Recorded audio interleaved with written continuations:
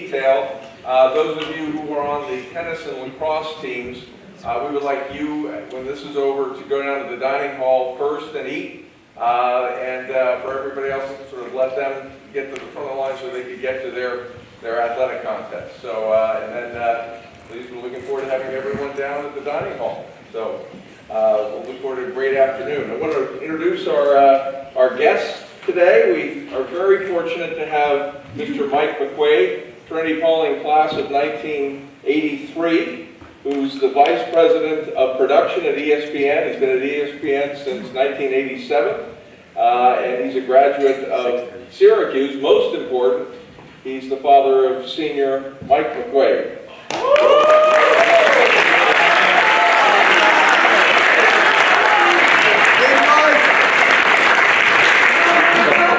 We're pleased to welcome Mr. Scott Van Pelt, who's the anchor of ESPN Sports Center.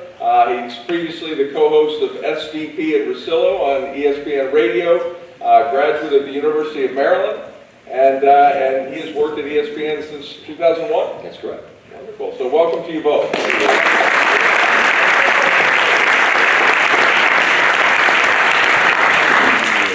So I've just got a few introductory questions, but first question is if you just sort of share with us sort of that moment of discovery where your passion about sports could be translated into a career.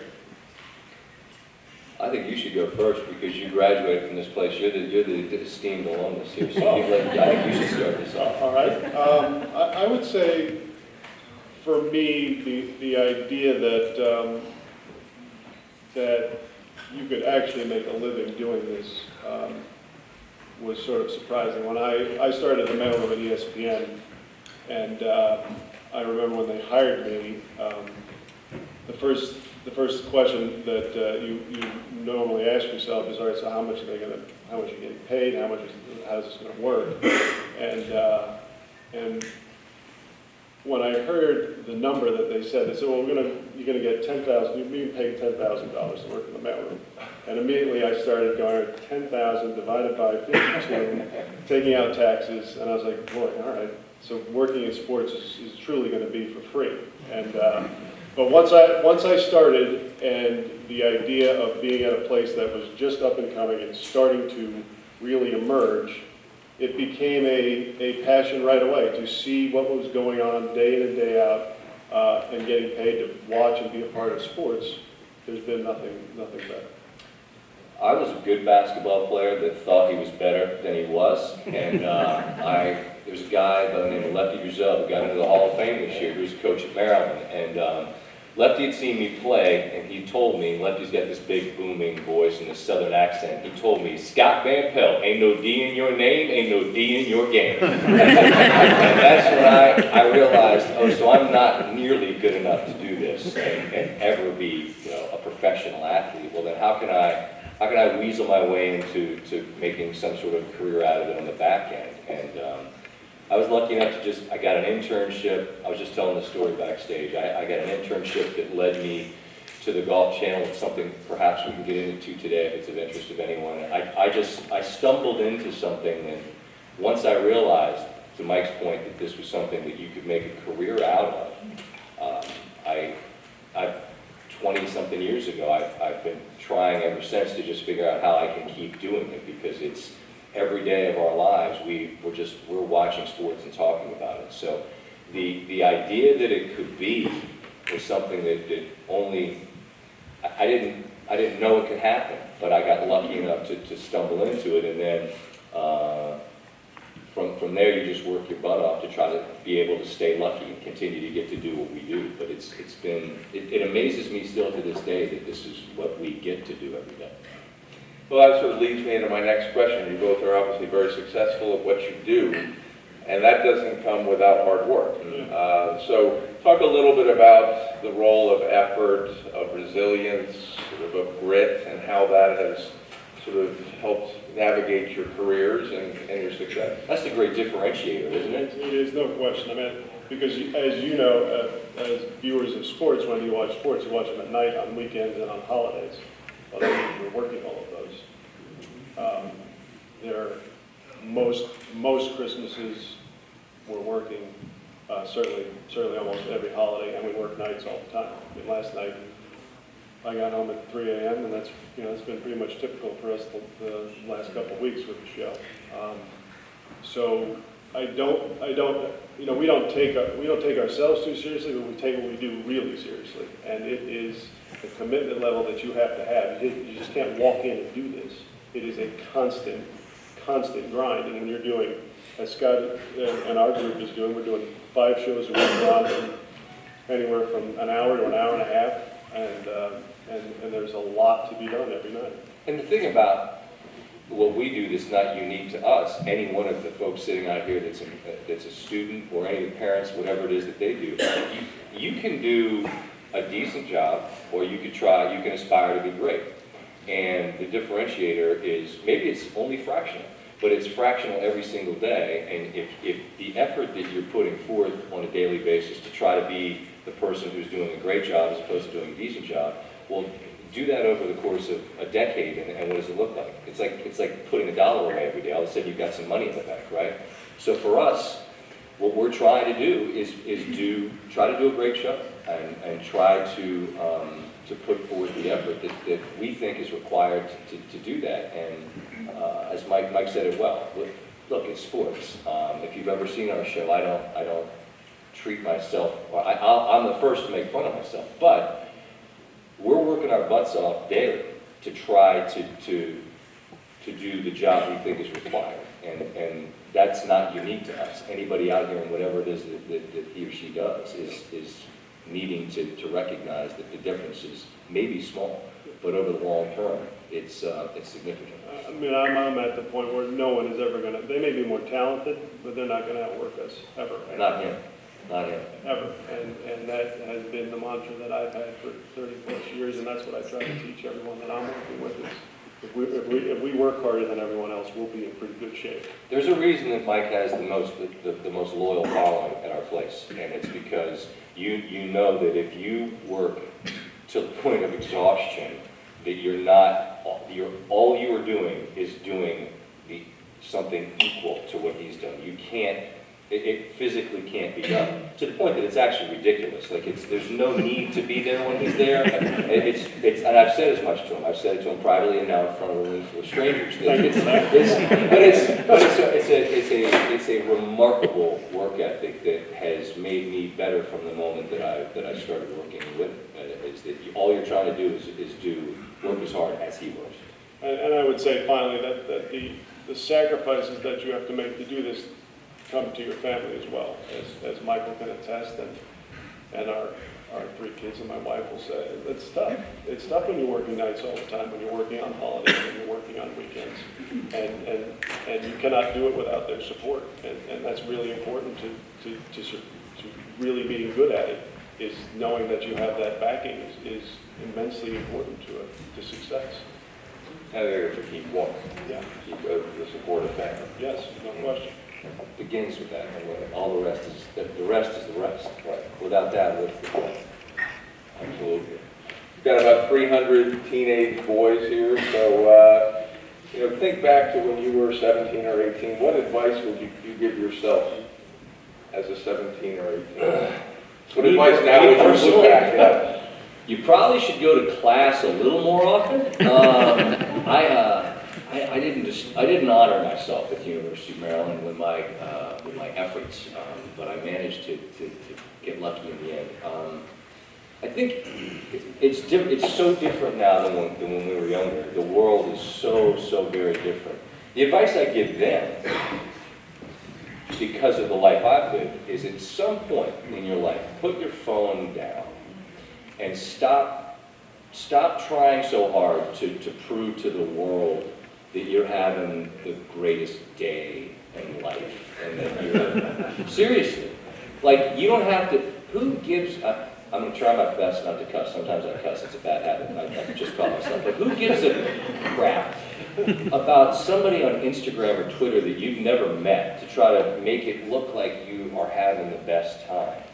Have the best time.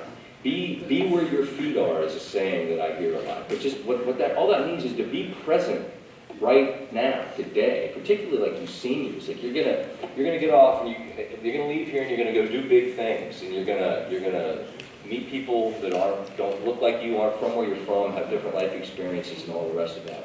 And you should immerse yourself in that.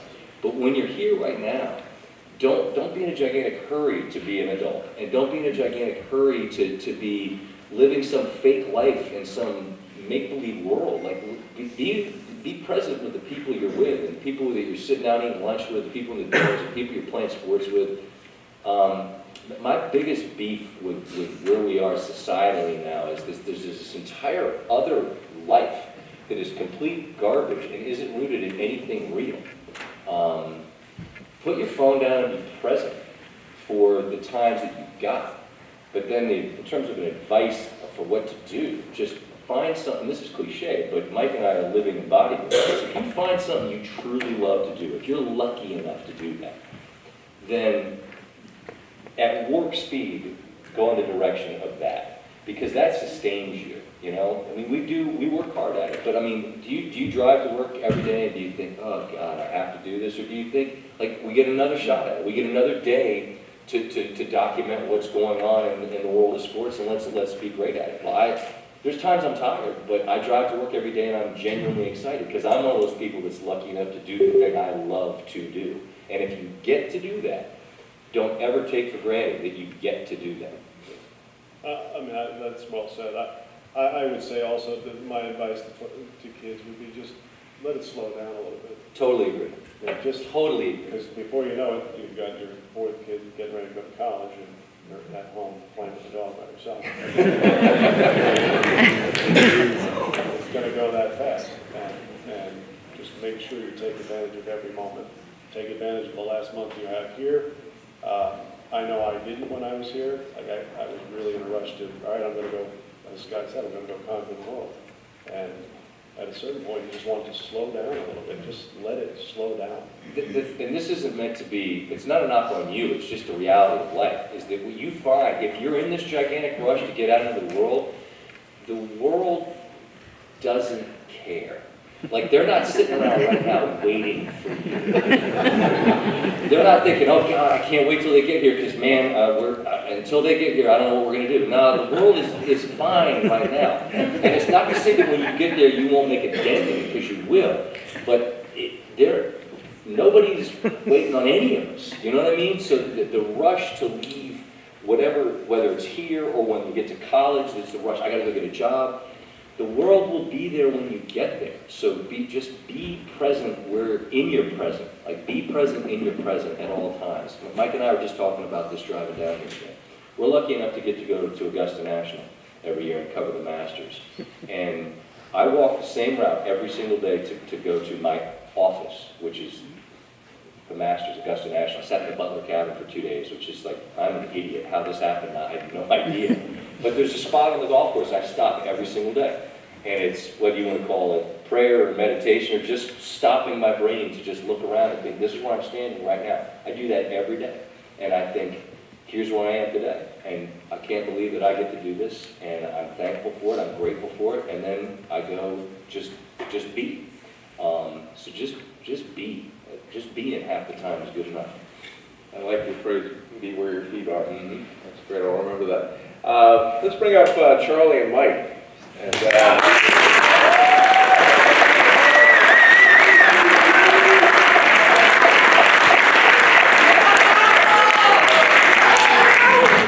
you guys are talking.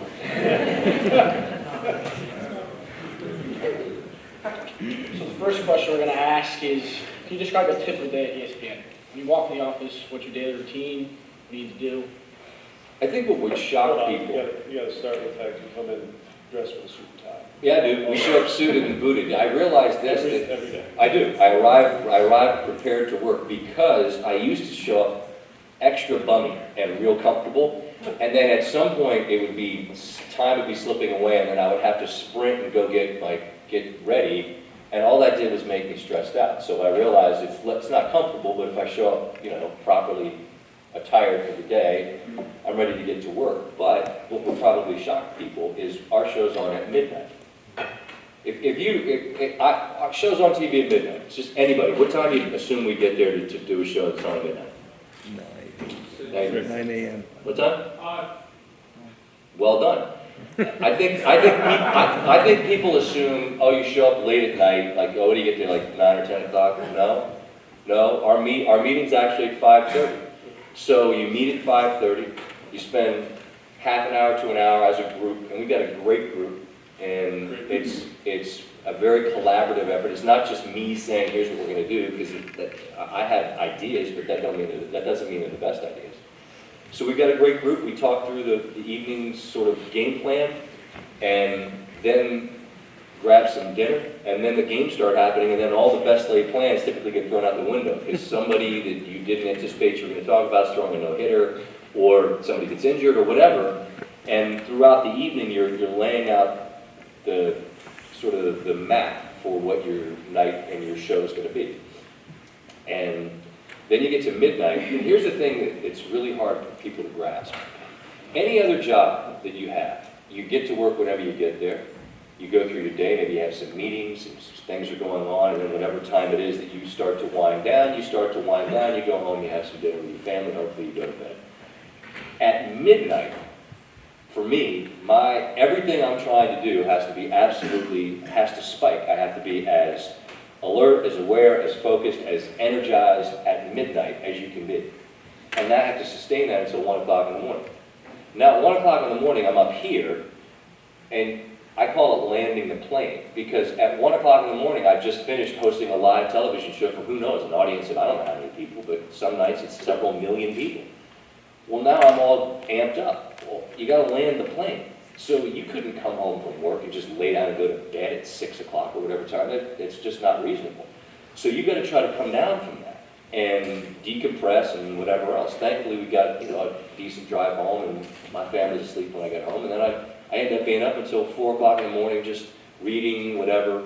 But it's far more involved than I think people would anticipate, and Mike made a great point. It's nights, it's weekends, it's holidays. I worked on Christmas night this year. When my family's eating Christmas dinner, I'm talking about the Raiders and the Eagles. Cool. But, I mean, I can't complain, but that's the Christmas night. We were working. And it wasn't me, he was there, right? I mean, we're working.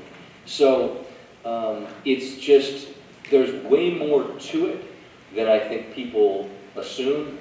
Anything you hear me say I've written, I don't even have writers, like, who writes your stuff? Well, I do.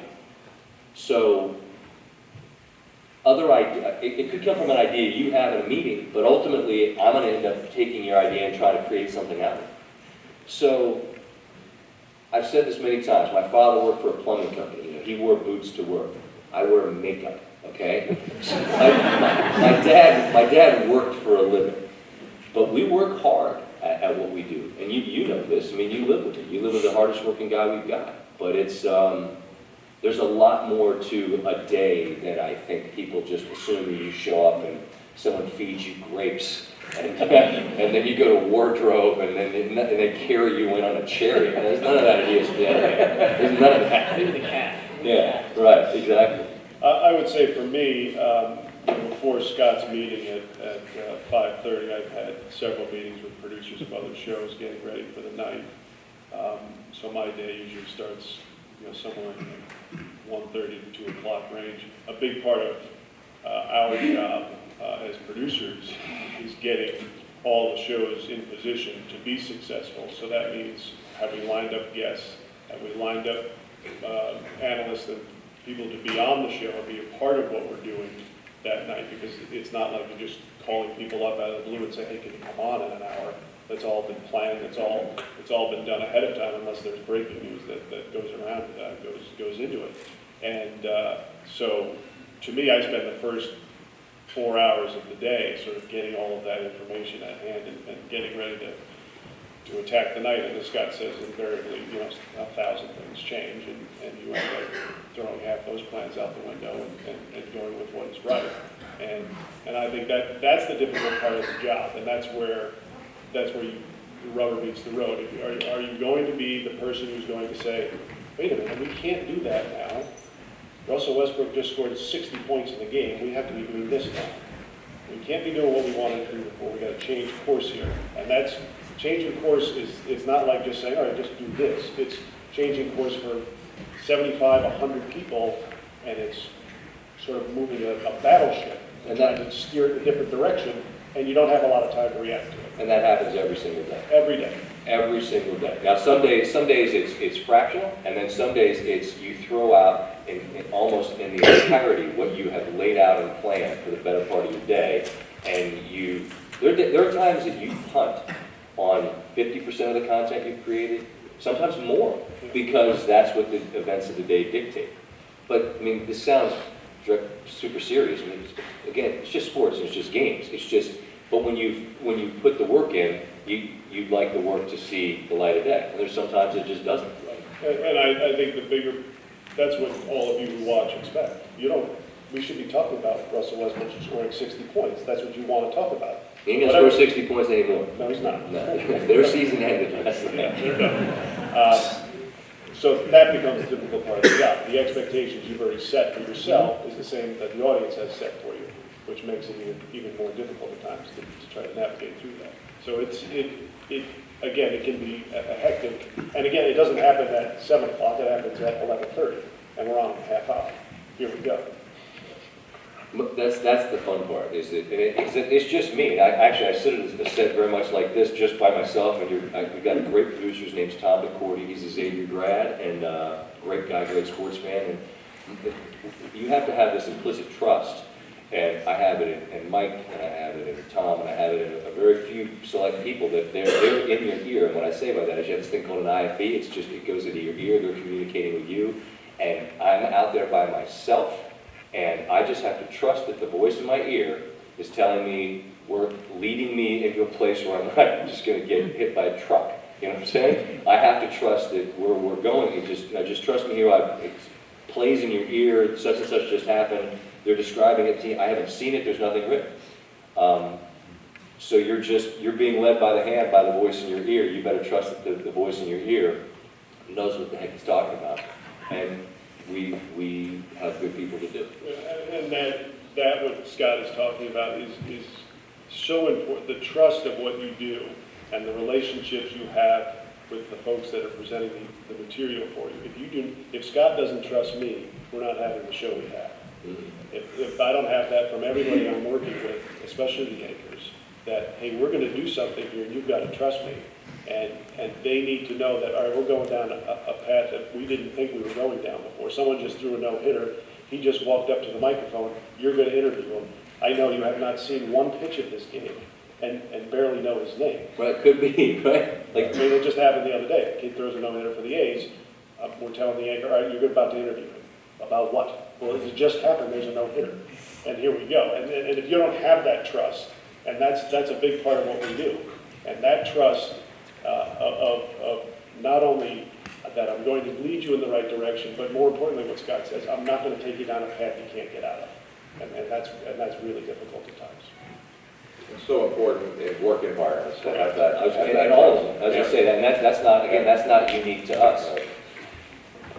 And when did you guys realize that this was the field of work you wanted to be in? For me, I think I always knew. As I was alluding to, I was a good athlete, but not great. And that was a harsh reality to come to grips with. But it's one that most of us that play sports have to come to grips with. But, I mean, it was a different time, and we listened to baseball on the radio, which I know makes me sound like my grandpa, but I mean, it was like not every game was on an app on a phone.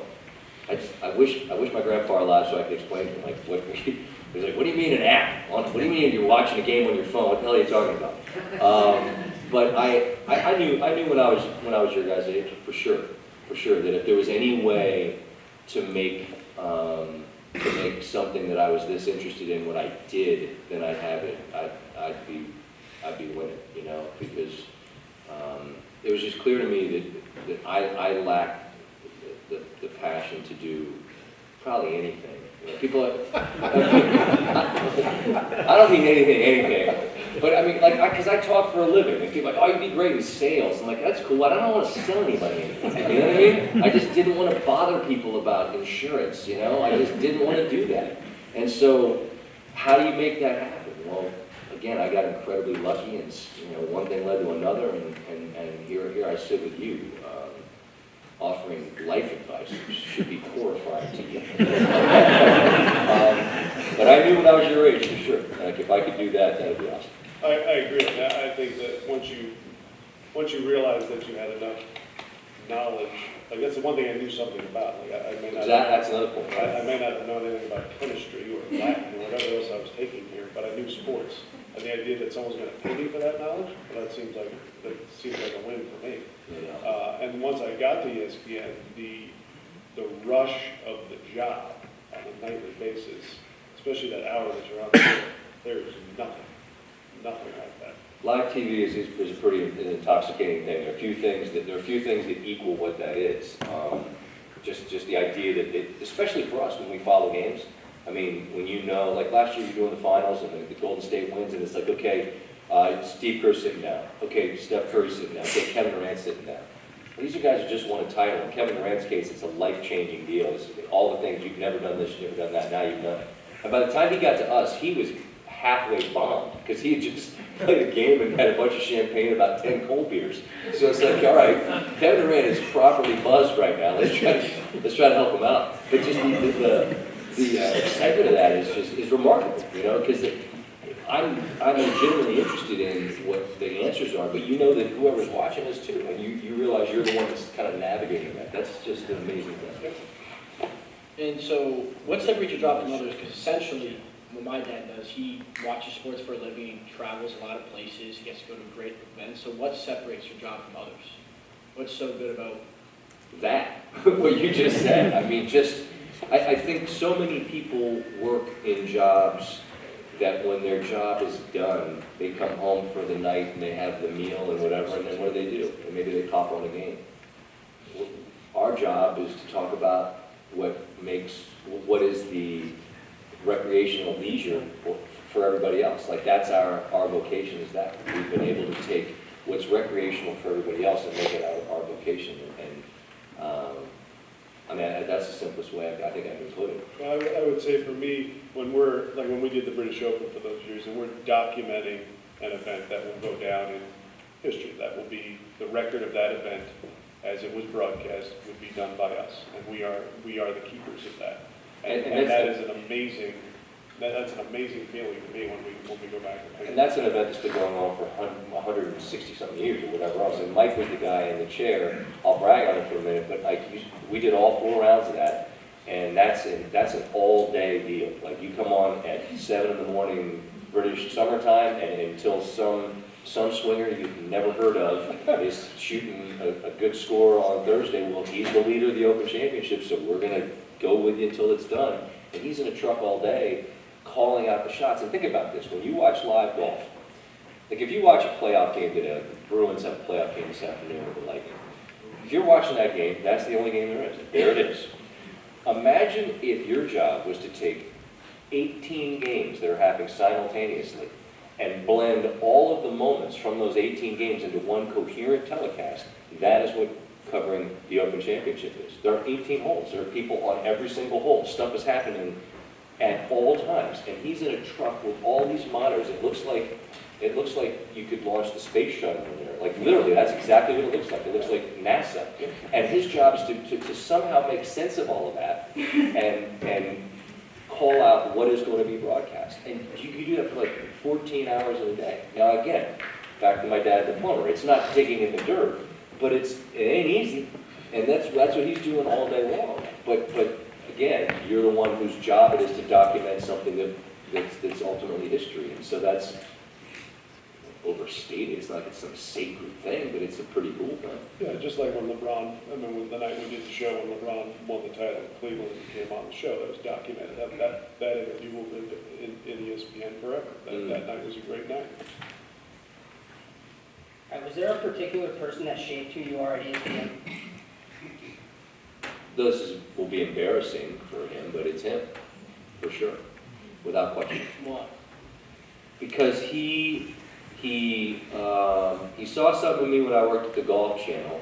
I think he saw a work ethic that was similar to his, and he saw an ability to do this that I think he respected, but he made me better because he challenged me and he pushed me. And the amazing thing is in 20 years, we've raised our voices actually at each other one time. It was the British Open.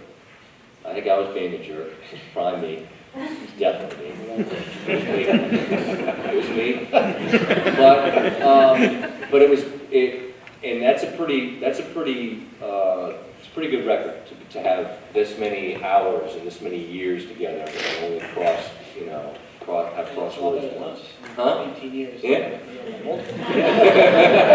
Yeah, but see, you guys have a different bond, you know what I mean? Like, and I'm not asking him for money, so.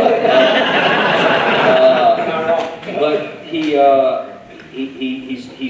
pushed me to make me better, and he's made me better, and without him, I don't know. I don't know how it goes, but without question, he's the guy that's made me better. I would say that one of the things that, the reason why I'm still at ESPN is because of Scott and the bond that we have, and just his ability to also push me. As much as he's going to say that I'm pushing him, he's pushing me as well. I think all of our great ideas seem to come at the Masters week when we're sitting watching TV at 2 o'clock in the morning together, and I find that his ability to push me to not only be better at my job, but just thinking as being a better person. He's been instrumental in helping me with that, John. We're going to hug later, for sure. And from a producer standpoint and on air also, what are the differences producing sports such as golf going to baseball and tennis? So what are the skills, maybe what's different mindset in different sporting events? I'll start here because when we first did golf, you said to me, "Oh, this is too easy." What do you mean it's too easy? Have you seen the truck? There are 150 monitors. How about pulling my hair out or whatever? It's all gray now. Not a problem for me. Yeah. You're sitting at a certain point. I remember looking. We have these little they're called spy cameras. So I'm looking, and Scott's out on a hole, and I'm looking at. I don't remember where we were. But British Open. I don't remember what hole it was. But I'm looking. I'm like, where is he? What is he doing? And then someone goes, no, you got to look down. I look down, and he's doing push-ups during the broadcast. I'm like, what are you doing? We're sitting on a hole for 14 hours a day. I'd get bored. I'd do 25 push-ups, and I'd get back and settle in. And then one day I realized I did how many hundreds of push-ups. The next day I woke up and I was like, could barely move. But I think you found. My point was that you did not find the golf to be as challenging. No, because I'm on one hole, and you're the person that's overseeing the whole thing. I don't think that the sensibilities of sports are different. There's there's a different pace, obviously, to golf, televised golf or tennis. Obviously, live sports, baseball, football, whatever. Just the pace of it's so much different. And golf, something that plays out over the course of 4 days. It's a story that's told at a very leisurely pace. Tennis, the tournament takes forever. I think that there's things that are common to all of them. But I mean, again, it all comes back to our initial question, initial point about sort of showing up with the mentality that you're going to do the best job you can do to cover it. That doesn't change with any of these. It's just maybe sort of the pace and the fact that it's a little bit more. Leisurely is not the right word because it's hard work. It's just that you know that you've got time to tell your story, whereas the other ones are a little bit more. The focus is a little more narrow. Does that make sense? Yep. All right, how do you guys handle breaking news at ESPN? As Mike said, I think our show is a good place to look at at midnight. Games happen. Somebody throws a no-hitter. Whatever's the most important news that happens, the latest is the most important thing. So our show's rundown is tonight, or tomorrow would be All right, so it's LeBron in a game 7, you'd start off and say, let's start there. Pretty good place to start. But if tomorrow night somebody, I keep saying no hitter, but that's the most obvious thing that could happen that you're not prepared for. Albert Pujols gets 5 hits tomorrow, and somehow he gets to 3,000. So now you got, now what's, and there are times, and there are times that it gets heated where the argument's what's the lead. And that's actually fun. Because the argument of what are we leading with is, and I've lost a lot of those, because I'm a games guy. I'm a what happened, and if somebody, like, this is 100 years ago, and I remember one time Terrell Owens pulled a Sharpie out of his sock and he signed a football, and it was like, he's just being a look at me guy, and I didn't think that trumped. I think the story that night was that Bonds made the World Series. And I think I lost that argument, which I shouldn't have, because Terrell Owens was dumb and Barry Bonds made the World Series. But the point is that we have arguments. These are arguments that we have. And so, I mean, ultimately it's going to land in his lap at the level he is to kind of make a call. And there's times that you have to figure it out. But, you know, your A block, that's just the first block of the show. That's where all the most important stuff's going to live. But I would, you frame it similarly, like whatever happens the latest that's the most important thing ought to lead your show. Yeah, and I think breaking news now has become more and more difficult. What's true, what's not true, where is it coming from? What are the sources that we have on this? I mean, you have to report what you know, but you have to, we go through a huge vetting process just to get to what we're going to actually report. And that's layers of news, just people who are really news folks, who are checking the sources of it, making sure that these things are credible. And because if you reported everything that was on Twitter, I mean, you'd be wrong 95% of the time. That's the best and the worst thing we've got, because it's the most immediate, but it's also just this, it becomes like an echo chamber of just, like Allie LaForce asked LeBron a question the other night after Greg Popovich's wife had passed away. And it turned into, how could she do that? Terrible job, blah, blah, blah, blah, blah. Turned out that before they came on, she said, have you heard that Greg Popovich's wife has passed? And he didn't know. She's like, is it okay if I asked you about that? Well, he's got great respect for Pop, so she asked the question. Well, what happens on Twitter? She should be fired. People are reacting without having any idea what the truth is. And so these echo chambers and the noise, man, it's an incredible tool. It's an incredible asset, but it makes it incredibly difficult to kind of wade through all that and land on, well, what actually happened here, right? So that's, Mike used the right word, vetting, which is the kind of core of journalism. It's harder now to do that in real time, and everything's happening in real time, and you're expected to react in real time. First and wrong's nowhere in our business. Like being first on such and such. Okay, first and wrong? No, I'd rather be last and right than first and wrong when it comes to news. But there's a race in our business these days, and it happens in news far more often than it does in sports. And then, I mean, in our place, sensibilities for each show are different. Like the Tom Brady story that he's saying he's coming back, we had a huge conversation about that. Like, is that even worth, why are we even doing that? We didn't do it on our show. And other shows on the network did that day, and your point was well taken, and we didn't do it. We didn't feel the need to. Right, I said, does anybody, like I haven't told anybody I'm working next Wednesday. Do you think I'm going to? Do you assume I'll be here Wednesday, next week? Yeah? Okay, cool, because guess what? I'm pretty sure Brady's going to play. So the fact that he hasn't told anybody he's gonna, to me it wasn't newsworthy. And I'm lucky enough to have enough of a say for the hour I do that I didn't talk about it, because to me it was not newsworthy. And then, like, I guess 2 or 3 days later, then he officially said it, like, oh, cool. Mike, you get the last question. And I think the last question that counts would be maybe your most memorable moment at ESPN, maybe also your favorite athlete you like to watch while you're at ESPN. My most memorable, it'll, I don't know how I'll ever top it. I was sitting in a tent in Australia in 2001 with Andy North, and it's the first event I'm ever going to cover. And I'm looking at a monitor and a desk, and we were waiting for a Syracuse game, which was an overtime, to end, so that we could go on the air. It was going to be the first thing that I did.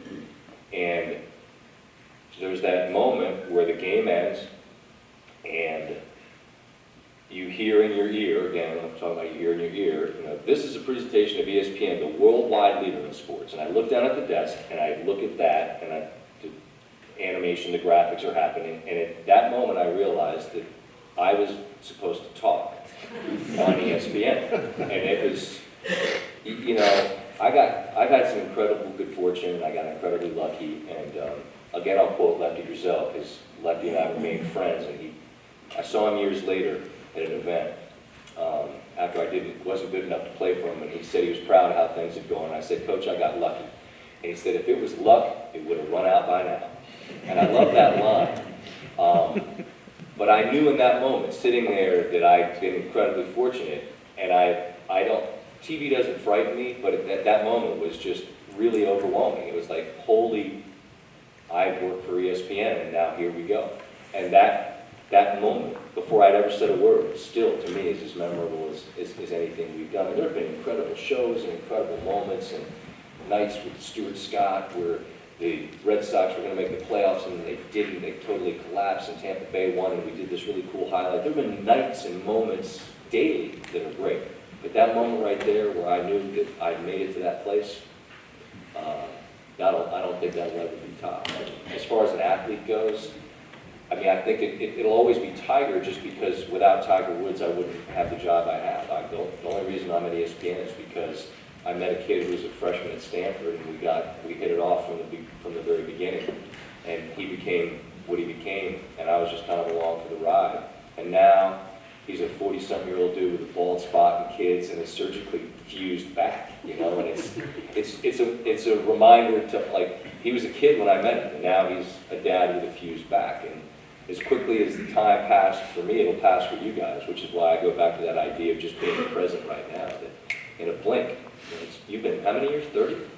I'm coming up on 20. I remember being in Australia vividly, it was 20 years ago.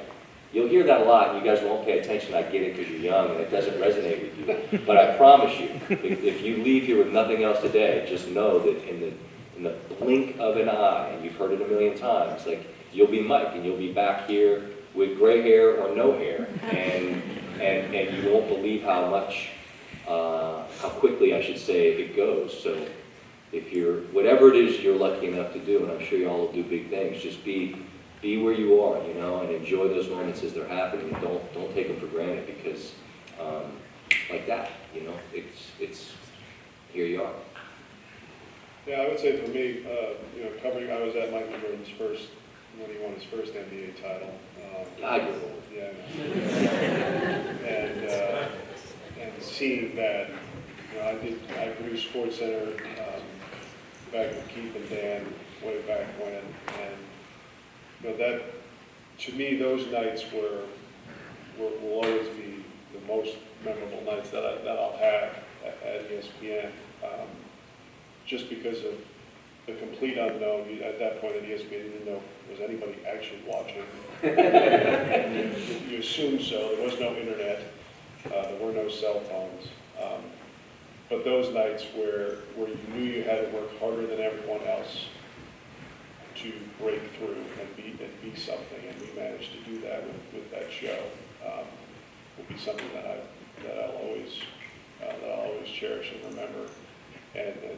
And I would say when you finally realize that, to me, the great part of this job is when you can share it with your family and your kids, and the idea that my kids, my wife, were able to see me at work and see me in action doing what I love to do, and that will always be the most fulfilling thing about the job, is that they can see me at my best. Hopefully they're proud of me as I am of them. And there aren't many places where you can do something like that, where you can show off, right, here's where we work today, here's where I'll be sitting today, here's everything that's in front of me today, and this is what I get to do every day. And the fact that I can share that with them is really, really special. I met a little baby in Australia, it was him. Now look at him. I want to thank you both for taking time to be with us. Can we give...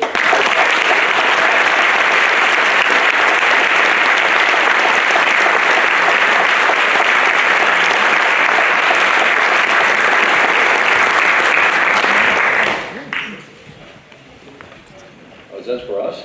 These are some gifts given to you by the school. I don't know. Thank you. I have a giant bucket head, is this gonna work? All right, right on. Looks good.